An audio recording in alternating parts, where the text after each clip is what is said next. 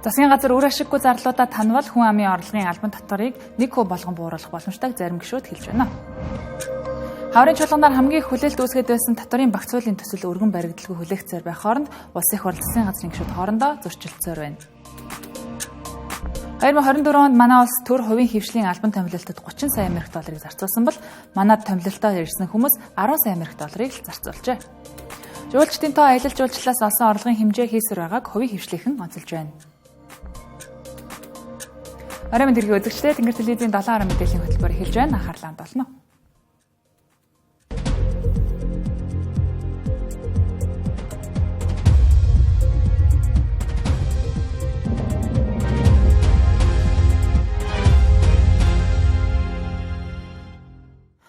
Хувийн орлогын албан татварын 10%-ийг 1% болгон бууруулах санал 7 хоногийн дотор 100 мянга холд авсан иргэний дэмжлэг авсан. Энэ олон хүмүүсийн саналыг хууль болгон амьлуулах эрх зөвхөн улсын их хурлд бий. Иймдээч улсын их хурлын асуудлыг хэлцэхээр болсон. Гэхдээ хэлэлцэн гэдэг нь эцэслэн батлана гэсэн үг шим а. Ийм дэрэгдээс ирсэн энэ саналыг хууль болгон батлахад улс төрийн манлайлал үзүүлж ажиллана гэж нэр бүхий улсын их хурлын гишүүд өнөөдөр мэдээлэл хийлээ. Ди парламент цахим сайт дээр 100 мянган иргэний санал авсан ч улсын хурлын очоод мартагдсан саналууд нэгээр дуусахгүй. За үүний хамгийн тод жишээ бол улсын хурлын дарга асан зандан шатрын санаачилсан нүүтийн буцаа олголтын 2%-ийг 5% болгон нэмэгдүүлэх санал юм. За цаашлбал цалинтай эжийн мөнгийг нэмэгдүүлэх, нийгмийн даатгалын шимтгэлийг бууруулах гээд 100 мянган иргэний санал авсан санаачлагууд ажил хэрэг бололгүй өнгөрч ди парламент цахим сайт дээр хатаастай үлдлээ. Харин энэ удаа хувь хүний орлогын албан татварыг 1% болгон бууруулахыг улсын хурлын гишүүд засгийн газраас шахаж ажиллана гэж хэллээ. За улсын хурлд гардчилсан намын бүлэгч энэ саналыг дэмжсэн байна. За гагцхүү засгийн газар л зарлаа таньчих юм бол боломжгүй зүйл байхгүй гэж гишүүд ирлээ. Энэ байр суурин дээр ерөөсөө төсвийн зардлыг нөхөх энэ зорилгоор татварын бодлогыг хэрэгжүүлж байгаа. Тэгэхээр одоо бол энэ татвар төлөгчдийн нуруунаас энэ ачааг аваад энэ төсвийнхаа зардлыг хэмнжвэж, энэ цаашаага зардлаа бууруулж вэж, энэ дараачийн иргэдэд очих энэ давуу талууд үүснэ гэж юм шаарж байгаа. За мэдээж энэ татварыг бууруулахаар иргэдийн бодит орлого нэмэгдэнэ, сүүдрийн эдийн засаг хумигдана, хөдөлмөрийн идэх мэдээж одоо сайжирна, хүн болгон идэвхтэй оролцоотой болно. Дор хаяж нэг 60-70 мянган төгрөгийн албаагч давхарцсан орон тоонуудыг байхгүй болгоход яах вэ гэхээр энэ төсөв нь хөгдөл ороод. Ерөөсөө энгийн ойлголт. Нэгт хоёр дэх юм бол аж ахуйн нэгжүүдэд дэмжиж өгөөч. Ажил хийж байгаа залуучууд юуны төлөө ажил хийж байгаа орлогоо сайжруулахын төлөө хийж байгаа шүү. Тэгээд энэ хүн амын орлогын албан татвараас нь 10% нь тас зохио шууд аваад байдаг. Тэгээ энийг иргэд чи авч үлдээ дэртээ дэргүү дахиад худалдаа авалтаараа нэмийн үртгийн албан татвараараа буцаал төсөвтөө ороод байна. Худалдаа барааны эргэлт бол сайжна гэдэг асар олон ийм үр дүн ач холбогдлууд бол байгаа маань. Эргээд хүн амын орлогын албан татвар нэргээд ард иргэдтэй ээлтэй байх. Энэ зарчмыг бүрдүүлтэл одоо бид нар бол хүн амын орлогын албан татвараа бүгд тэгш 1% төлөх энэ саналчлалыг дэмжиж байгаа. Тэгэхээр 2 жилийн дотор төсвийн зарлаа нэмэх болохоор элдв зовлон тоочож шалтгаан хийдэг засгийн газар татвараа бууруулъя гэхээр гараа хөнхөд хоошоо сууждаг байж болохгүй гэж гишүүд ирлээ. За өвгөний орлогын албан татварыг бууруулснаар төсөвт цоорхоо үсэх нь мэдээж. За гэхдээ төр өөрөө үр ашиггүй зардал, хэмжээ хязгааргүй тансаглал, үрлэгэн байдлаа зогсоочихвол за энэ нь тийм хэрэгжих боломжгүй зүйл биш гэдгийг гишүүд хэлж өгсөн юм а. Энэхүү иргэдээс ч хууль тогтоогчдоос ч татварыг бууруулах санаачлагууд гарсаар байна. Гэхдээ энэ бүхний эхлэлийг тавьсан гол хүн бол гүйцэтгэх засаглалын тэргүүн оюун эрдэнэ юм а. Тэрээр шинэ оны босгон дээр татварын багцуулыг иргэд аж ахуйн нэгжүүдийн санал дээр үндэслэж шинжилнэ гэж амласан. Энэ үгийг сонссон монголчууд энэ 4 сар гарын хугацаанд биеэр болон цахимаар гээд байж болох бүхэл хувилбараар санал хүсэлтэд илэрхийлсээр байна. Гэсэн ч хариуд нь сангийн сайд жавхлангаас боломжгүй гэх үг сонсож амаа таглуулчаад сууж байна. Иргэд аж ахуйн нэгжүүдийн санал хамгийн чухал. Тэдний санал дээр л үндэслэж татварын реформыг хийнэ гэж хэлсэн ерөнхий сайдын үг сангийн сайдад хамаагүй бололтой. Эсвэл 4 сарын хугацаанд засгийн газрын бодол 360 градус эргвүү гэж эргэлзэхэд хүргээд байна. 2024 онд эдийн засаг 5% өсөлттэй гарч байна. Валютын нөөц 5.1 тэрбум ам долларт хүрлээ. Эдийн засгийн үзүүлэлтүүд тогтвортой байгаа тул улсын их хурлын эрх хаврын чуулганаар татвар болон нийгмийн даатгалын багцуулын өөрчлөлтийг иргэн аж ахуйн нэгжүүдийн саналд үндэслэн өргөн барихаар бэлдэж байна. Татварын багц хуулинд судалгааны хэлэлцүүлгийн төвшөнд явж байна. За тэрэн дотор мөн хувийн орлогын албан дотор болон нөөцтэй холбоотой одоо шинжилгээний асуудлууд бол байгаа. Тэгвэл хавтгааруулж хэмжээг бууруулах бол энэ бодлогын хувьд ч буруу, төсвийн хувьд ч боломж байхгүй. Ийхүү засгийн газар 2 үзүүртэй юм ярьж байна. За гэхдээ данганц засгийн газарт найдлага тавихаас илүүтэй улсын хуралд итгэл хүлээлгэх хүмүүс ч байгаа юм а. 30 гаруй улсын хурлын гишүүд нэгдэн нийгмийн даатгалын шимтгэлийг бууруулах хуулийн төсөл санаачилж байгаагаа ч зарласан. За гэхдээ энэ хуулийн төслийг нь эсэргүүцэхгүй байгаа хэдий ч дэмжихгүй байгаагаа илэрхийлсэн нэг гишүүн байгаа нь ган хоёг. Уг нь тэрээр татварын багц хуулийн төслийг ахалж иргэд аж ахуй нэгжүүдтэй хамгийн их уулзалт хийсэн хүн юм а. Зарим гишүүдээс өргөн баригдсан 1% татварын хуулийн өөрчлөлт өргөн баригдсан байна. За зарим гишүүдээс нийгмийн даатгалын шимтгэлээ аль жил олгохын төлөвлөгөөг байхгүй болгоё гэдэг бас санал байна. Яагаад аль нэг хуулийг ингэж тасдаж аваад хийж болдгүй вэ гэхээр үндсэндээ энэ өөр тогтолцоогоо нураах ийм асуудал эрсдэлтэй байдаг гэсэн. Нийгмийн даатгалын сан уг нь бол энэ төсвийн орлого биш юм байна.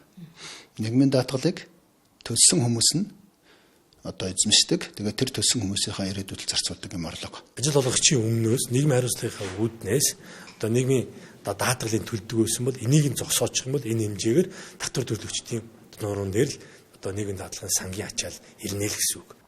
Тэгэхээр саяын энэ асуултаас болоод нэг 63 орчим тэрбум төгрөгийн нийгмийн даатгалын шимтгэлийн орлого буурах юм. Нөгөө талдаа бизнес чөлөөтэй эрхэлдэг болсноор далд зах зээл гарч ирснээр олон төрлийн бизнес үйлчилгээ, мэргэжлийн үйлчилгээнүүд хөгжснөөр бараг энийг 3 орхон нугалсны хүн амын орлогын албан дотор, байгууллагын орлогын албан дотор өсөх боломжтой. Нийгмийн даатгалынхаа энэ сангийн тогтолцооны шинжилгээ асуудал ч өөр их чухал.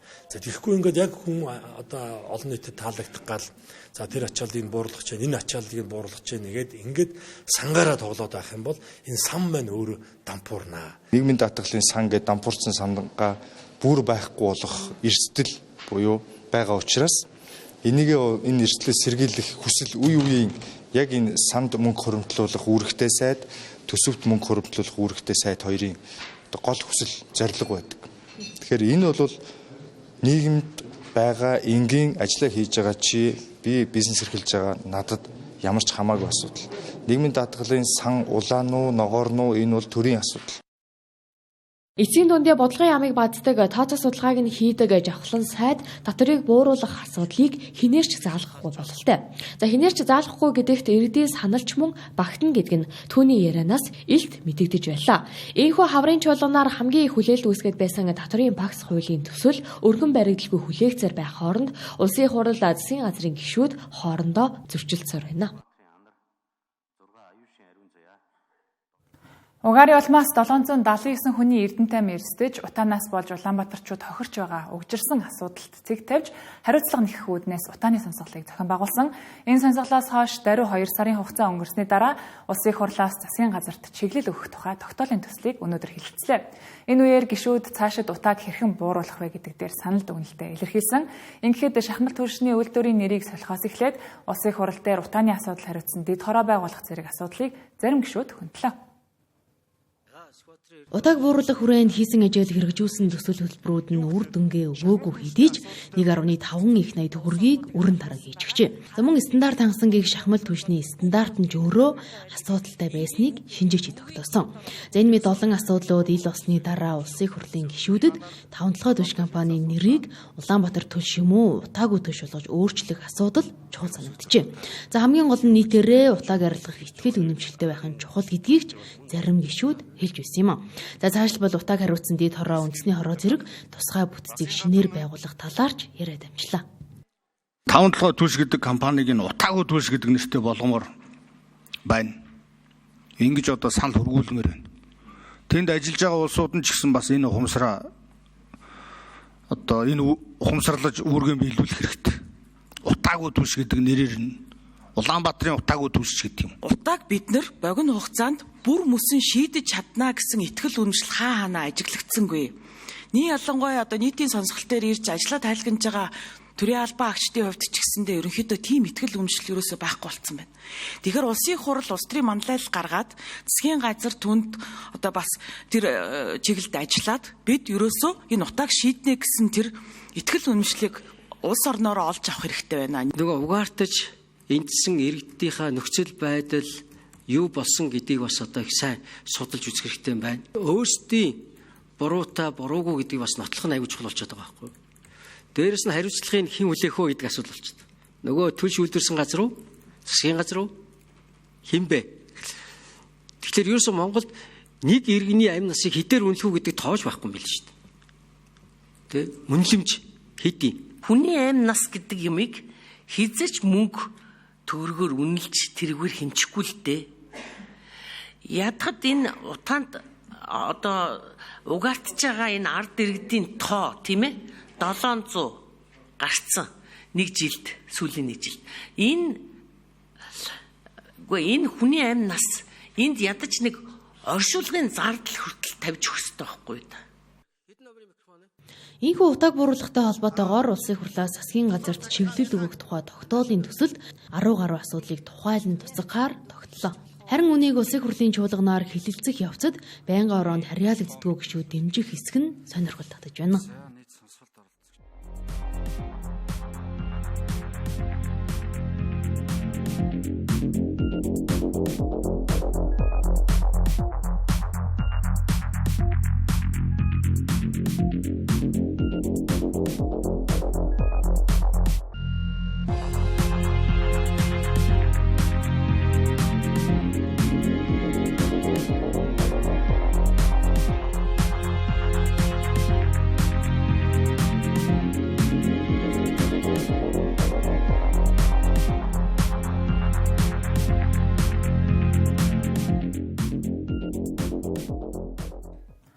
Чанар бус тоог урдаа барьж аялал жуулчлалын салбарыг хөгжүүлж байгаа нь тодорхой байна. Үйлчилгээний салбар нь тгийг заасан нөхцөлд дэд бүтцийн асуудалч ялгаагүй сайн дүн авахгүй. Дэд зэрэглэлийн жуулчид аюулгүй байдлаа бодож хоёрыг нийтээ замаар зорчдог байна. Гэтэл манай хөдөө орон нутгийн зам тэдний шаардлагад тэнцдэггүй гэлээ. Тухайлбал тэрэлж байхгүй. Тэрэлж жишээлбэл маш юм ойрхон одоо налах хүртлээ бол хоёрыг нэтэ тусдаа урсгалтай замуудтай явчихж байгаа бол тэрэлж хүртэл бол тэрний богино зам болоо явчихж байгаа тий. За хустай руу жишээлбэл маш олон жуулчдын урсгал байна. За говийн замыг бол ойрын 4 жилийн хугацаанд бол бас хоёр тусдаа урсгалтай тий олон игнэтэй зам болгохоор ямар ч байсан бодлогод орсон юм билээ. Тэгэхээр энийг ойрын хугацаанд хэрэгжүүлэх нь бол говьроо бас өндөр зэрэглэлийн жуулчтай явдаг байгаа. Тэгэхээр энэ зам бол бас аялал жуулчлал нөлөөг бол үзүүлдэг. Тэр дундаа өндөр зэрэглэлийн аялал жуулчлал. Ирсэн жуулчдын 70 орчим хувь нь Монголын говийг үзэх гэж ирдэг. Гэтэл олон улсын бүх нислэг Улаанбаатараар заавал дамждаг. Цаашаад аялал жуулчлалаа дэмжих бодлого баримталж байгаа бол олон улсаас орон нутг руу шууд нислэг үлдэх хэрэгтэй гэлээ. Хамгийн нааштай эх 5 дугаар сараас эхлэн Америк нэгдсэн улсын агаарын тээвэр болох United Airlines компани манай улс руу нислэг үлдэхээр болоод байна. Улаанбаатар бид нар бүх шаардлагагүй байна. Бид нар шууд ерөнхийдөө тэр өмнө говьчмоор байна. Мөрөнд бумаар байна. Тэгэхээр магадгүй ингээд бид нар гадаадаас аялал жуулчдыг урих нааш нь урин дуудах нэг ажлын хажуугаар нөгөө мөрөнгийн онгоцны буудлаа бид нар яах юм. Тэгээ за 70 цацгтын онгоцны буудлаа олон улсын тэм нийслэгийн хүлээж авдаг тийм болох хэрэгтэй байгаа даахгүй. Тэгвэл ерөнхийдөө жуулч маань ерөнхийдөө Улаанбаатар буухгүй шууд мөрөнд буугаад таашаага тий өдөө хатгалруугаа явдаг ч юм уу. Тэгэхээр иймэрхүү ингээд маш олон тооны асуудал хэвээрээ байгаад байна. Хөшгийн үндэд шинэ нисэх онгоцны буудал байгуулах яриа хэлэлцээр аль 2006 оноос эхэлсэн байдаг. За 7 жилийн дараагаас барилгын ажил нь эхэлсэн ч ашиглалтад орох гэж 12 жил болсон.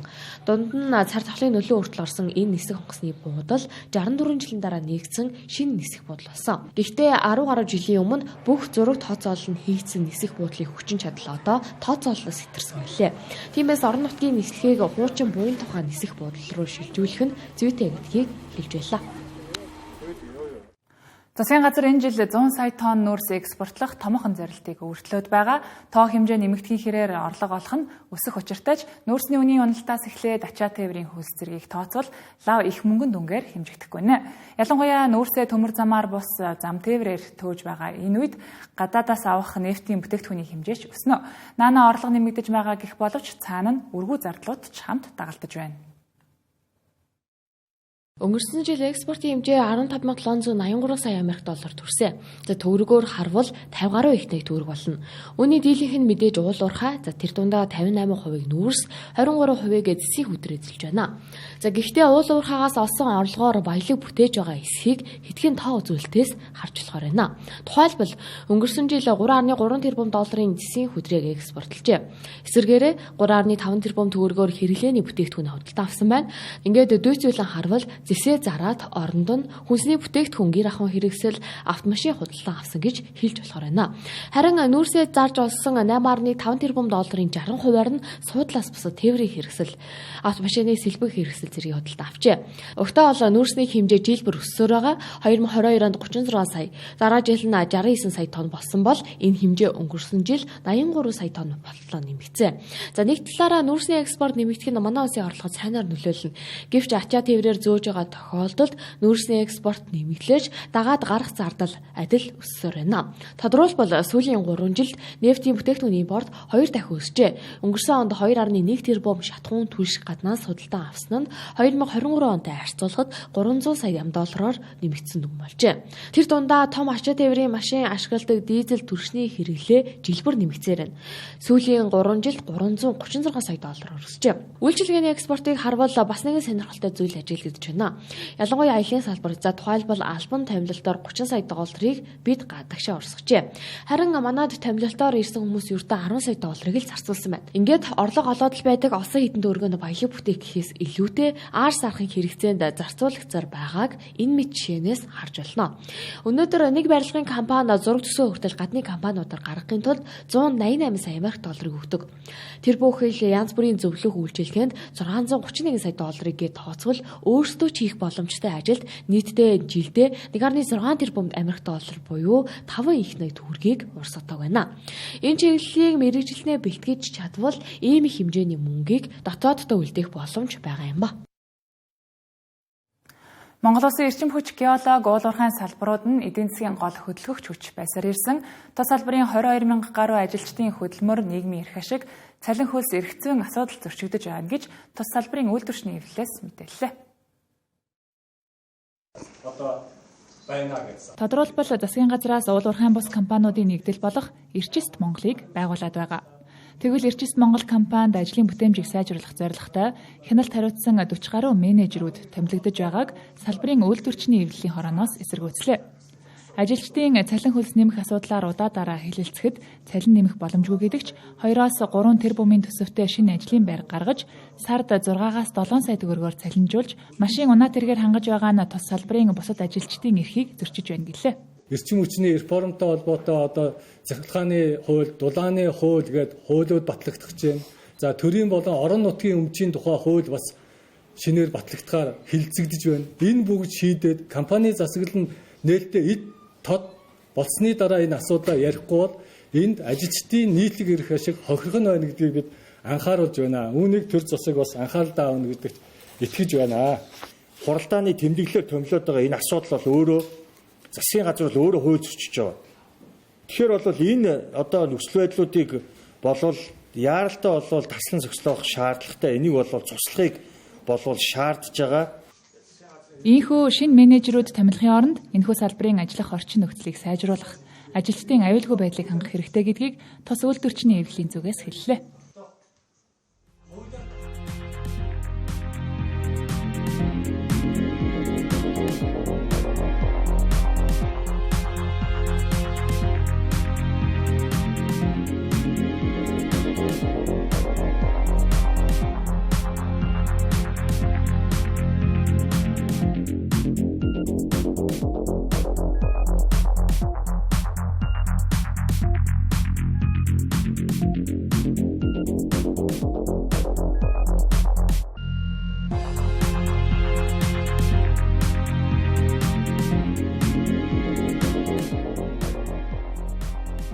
Тэнгэр телевизтэй хамт байгаад баярлалаа үзэгчдээ 7 10 мэдээллийн хөтөлбөр үргэлжилж байна. Манай улсад нийт ерөнхий боловсролын 884 сургуульд 799.6 мянган сурагч суралцж байгаагийн 9.4% нь хувийн сургуульд суралцж байна. Нийт суралцагчдын 90% нь суралцж байгаа төрийн өмчийн сургуулиудад анги дүүргэлт болон дац хэтрэлт 50% нь яригдахаар байгаа нь Улсын их хурлын даргын захирамжаар байгуулагдсан ажлын хэсгийн хийсэн судалгаанаас харагдаж байна. Гэдгээс олон асуудал үүсдэг. Улсын их хурлын даргын 2025 оны 114-р захирамжаар байгуулагдсан боловсролын ерөнхий хуулийн хэрэгжилтэд танилцах, цаашид авах арга хэмжээний санал дүгнэлт боловсруулах үүрэг бүхий ажлын хэсгийн ээлжид хуралдаан өнөөдөр боллоо. За тус ажлын хэсгийг Улсын их хурлын гишүүн Галбадрах ахлан ижилж байгаа юм. Тэрээр боловсролын салбарт хийх шинжилгээтэй холбоотой хийсэн судалгааны дүнг өнөөдрийн хуралдаанаар ажлын хэсгийн гишүүдэд танилцуулсан юм. За ерөнхий боловсролын сургуулийн барилгын төлөвлөлтийн норм дүрмд зааснаар нэг анги бүлэгт 30-аас бага сурагчтай байхаар заажээ. Гэтэл манай улсын төрийн өмчийн сургуулиудын сурагчдын 30% нь 40-оос дээш буюу норм хэтэрсэн тоотой ангид, за 50.8% нь даас хэтэрсэн сургуульд суралцж байгаа нь судалгаанаас харагдаж байна. За энэ сургуулийн чанарт нөлөөлж байгаа хүчин зүйлийн нэгд тооцогдож байгаа юм. За ингээд нийслэл шинээр 114 сургууль, орон нутагт 43 сургууль барих шаардлагатай гэж үзсэн байна. 40-оос дээш бүлэгт сурж байгаа. За энэний хувьд нэг бүлгийг 40-оос дээш 40-оос дотгош барья гэдэг зарчим дээр ахаад нэг сургуульд байх хүүхдийн тоог 1800-аас хэтрүүлэхгүй бай гэдэг зарчим барьсан. 1800-аас дээш давсан сургуулийн тоо нэг цөөхөн сургуулиар нь 37хан сургууль 40. Гэхдээ нэг хүүхдний их учраас дороо явчихна. Жишээлбэл 6000 гарцсан 2 сургууль, 5000 гарцсан сургууль байна, 4000 гарцсан байна. 1800 гараад явчих, 2000 гараад явчихаар нөгөө хөл толгоогоо алдна гэдэг шиг сургалтын чанар нөгөө ардаас нөгөө удирдлагын хяналт гэдэг юм алдагдаад 1800-аас давцсан сургууль Монгол улсын хэмжээнд орон нутагт 39 сургууль тэгээ нөгөө 40 мөчийгээд бүгдийг тооцсон. Үүнээс гадна ерөнхий боловсролын сургууль багшийн хомсдолтой холбоотой асуудлыг хэрхэн шийдвэрлэх вэ гэдэг асуулт тулгарч байгааг хэлж байсан.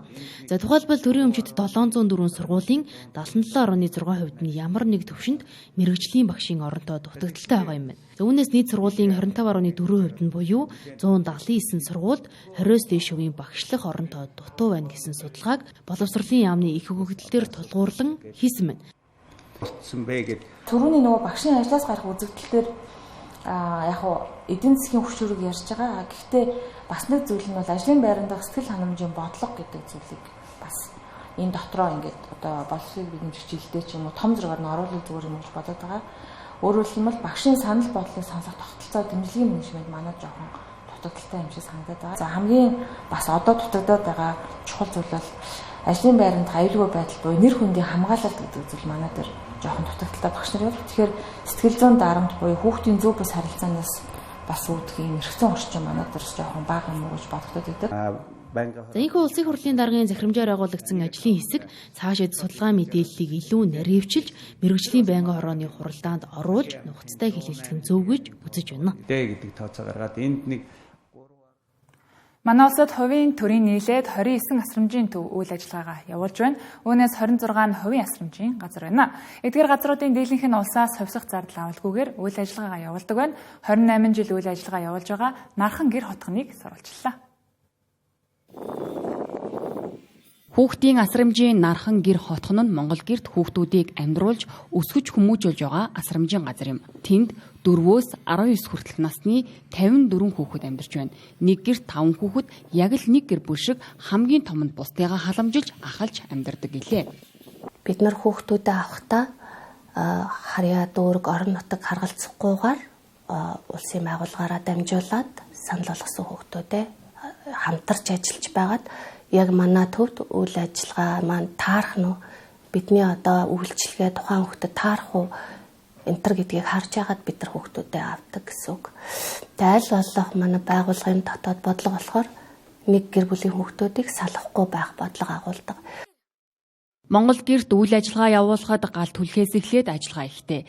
Тэгвэл тус асрамжийн төв зарим гэрийнхээ халаалтыг цахилгаанаар шийджээ. Одоогоор 5 гэр цахилгаанаар 5 гэр галгаагаар халааж байгаа гэлээ. Уг нь бүх гэрээ цахилгаанаар халаагаар шийдсэн боловч цахилгаан эрчим хүчний үнийн өсөлтөөс шалтгаалan бүх гэрээ цахилгаан халаалтаар шийдэх боломжгүй хүрчээ.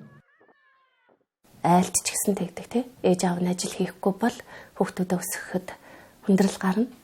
Бидний хувьд ч гэсэндээ санхүү мөнгө байхгүй бол энэ хүүхдүүдийг бид нар өсгөхөд бэрхшээлүүд гарч эхэлнэ. ажилтнуудынхаа цалин өгч чадахгүй болно тий. Цаашдаа үйл ажиллагаагаа явуулахад асуудал тулгарна гэсэн үг. Асрамжийн төвд ирж байгаа хүүхдийн сэтгэл зүй маш хүнд байдалтайгаар ирдэг байна. Үүний нэг жишээг дуртахад нархан гэр асрамжид ирсэн нэгэн хүү эрхээсээ эхлээд л асрамжийн газар амьдрахгүй гэж уйсаар удалгүй зөвтжээ. Ингээд тус асрамжийн төвийн багш нар хүүг дэмий тэнж байхад нь олж буцаан авчирсан байна. Тухайн багш нар зөвлөлдөж хүүхдээ илүү дотн ээнэгшил үүссэн багшийг төвлөрүүлж ажилуулан өөр асрамжийн төвөөс дүүг нь авчруулснаар хүүгийн зан ааш саажирч бусадтай нийцтэй болсон байна. Одоо хүү насанд хүрч инженерийн чиглэлээр сурч байгаа гэлээ. Ингээд хэцүүхэн амьдрал туулж байгаа хүүхдүүдийн сэтгэл зүг засах олон төрлийн аргыг ашиглах хэрэгцээ байдаг байна. Тус төвд биеийн дасгал хөдөлгөөн хийлгэх байдлаар сэтгэл зүг дэмжиж таеквондогийн хичээлийг ордог байна. Ямар нэгэн сэтгэл зүйн болон биеийн дарамттай ааш харсан жоохон тийм хэцүүхэн зарим нь аим хаах жишээтэй зарим нь хахир яхиртэй тэрсэлцдэг зарим нь өөрийгөө гэж үзэл бодолтой. Одоо хүүхдүүд маань энэ бол нэг одоо спортоор дамжуулж энэ хүүхдийг эмчлэх, энэ хүүхдийн цааш өөртөө итгэх тийм итгэл үнэмшлийн болон нэмэгдүүлж бие хүн болгоход нь таеквондо гэдэг спортоор хүмүүжүүлж явж байна. Нархан гэр хотхон нь өнгөрсөн оны байдлаар 5 хүүхдийг гэр бүлд нь иргэн нэгтгэсэн байна. Үүнээс гадна баярын үеэр тус төвийн 20 гаруй хүүхэд гэр бүлдээ очиж баярлаад буцаж ирдэг байна. Хэдий эцэг их нь хүүхдтэйгээ хамт байх хүсэл байвч амьдралын боломж бололцооноос шалтгаалах тохиолдлууд байдаг байна. Гэр бүлтэйгээ баярлаад ирж байгаа хүүхдүүдийн сэтгэл зүйн байдал дээрдэж илүү сэргэлэн цаваа болдог гэлээ. Мөн 2024 оноос эхлэн асрамжийн газарт байгаа 14-өөс дээш насны хүүхдийн мөнгөн тэтгэмжийн 20%-ийг өөрөө зарцуулах зохицуулт хийгдсэн. Гэтэл зарим банкны журмаас шалтгаалж хүүхдийн мөнгөн тэтгэмжийн 20%-ийг хүүхдэд өгөх боломжгүй нөхцөл байдалтай байдаг байна. Тэнгэр телевизийн 7 мэдээллийн хөтөлбөр студиэс шууд хүрлээ. Өргөжлөлөн гадаад мэдээг инх болгон хүрэх болно.